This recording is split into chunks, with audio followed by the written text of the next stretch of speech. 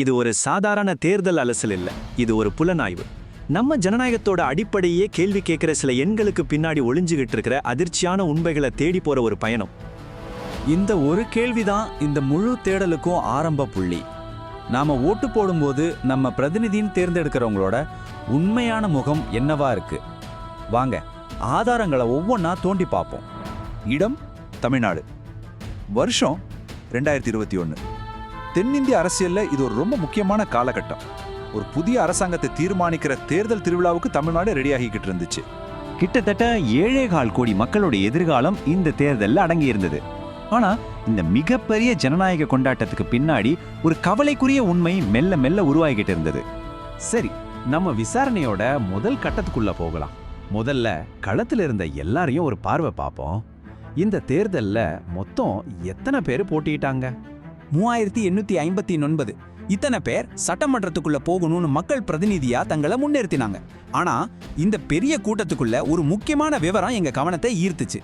மொத்த வேட்பாளர்கள்ல ஒரு 15% பேர், அதாவது 580 பேர் தங்களுக்கு மேல கிரிமினல் வழக்குகள் இருக்குன்னு அதிகாரப்பூர்வமாவே அறிவிச்சிருந்தாங்க. இதுவே கொஞ்சம் யோசிக்க வேண்டிய விஷயம்தான் இல்லையா? ஆனா பொறுங்க, இது கதையோட ஆரம்பம் மட்டும்தான். அப்பதான் ஒரு விஷயம் எங்களுக்கு புரிஞ்சது.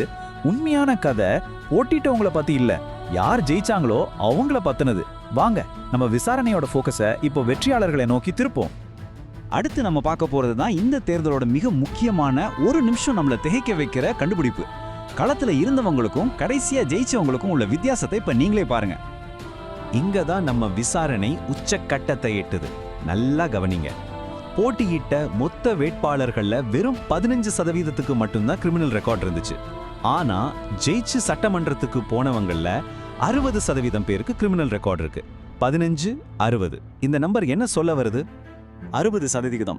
வேற மாதிரி சொல்லணும்னா தேர்ந்தெடுக்கப்பட்ட ஒவ்வொரு 10 எம்எல்ஏக்கள்ல 6 பேர் குற்ற வழக்குகளை எதிர்கொள்றவங்க. இந்த ஒரு எண் ரொம்ப ஆழமான சங்கடமான கேள்விகளை நமக்குள்ள எழுப்புது. ஆனா கதை இதோட முடியல. இன்னும் கொஞ்சம் ஆழமா பார்த்தா நிலைமை இன்னும் மோசமா இருக்கு.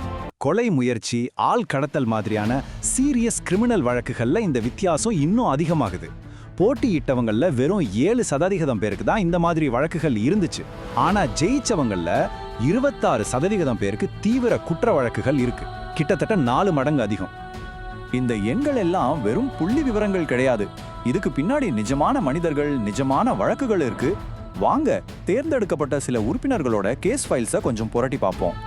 முதல் கோப்பு திமுகவை சேர்ந்த சி. கதிரவன். இவர் மேல அறிவிக்கப்பட்ட குற்ற வழக்குகளோட எண்ணிக்கை 99. அடுத்தது இந்திய தேசிய காங்கிரஸை சேர்ந்த பிரின்ஸ். அறிவிக்கப்பட்ட வழக்குகளோட எண்ணிக்கை 73. இன்னொருத்தர் இந்திய தேசிய காங்கிரஸை சேர்ந்த எஸ். ராஜேஷ்குமார். அறிவிக்கப்பட்ட வழக்குகளோட எண்ணிக்கை 52. கடைசியா திமுகவை சேர்ந்த பூண்டி கலைவாணன். அறிவிக்கப்பட்ட வழக்குகளோட எண்ணிக்கை 49. நாம இப்ப பார்த்தது சில உதாரணங்கள் தான். இந்த லிஸ்ட் இன்னும் ரொம்ப நீளமானது. நம்ம விசாரணை இப்போ ஒரு முடிவுக்கு வருது. நமக்கு கிடைச்ச ஆதாரங்கள் எல்லாமே ஒரே ஒரு முடிவை நோக்கித்தான் கை காட்டுது. அந்த தீர்ப்பு என்ன?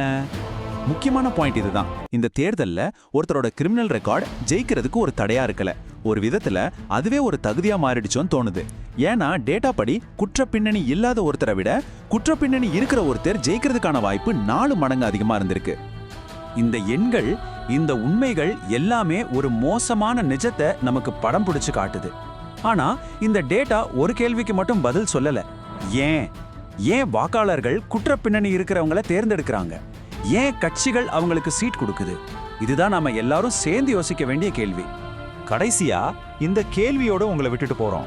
நம்ம சட்டங்களை உருவாக்குற கைகள்லயே குற்றக்கரை படிஞ்சிருந்தா அந்த சட்டங்களோட புனிதத்தை யார் காப்பாத்துவா? இது 2021 தேர்தலை பத்தினது மட்டும் இல்ல, இது நம்ம ஜனநாயகத்தோட எதிர்காலத்தை பத்தினது.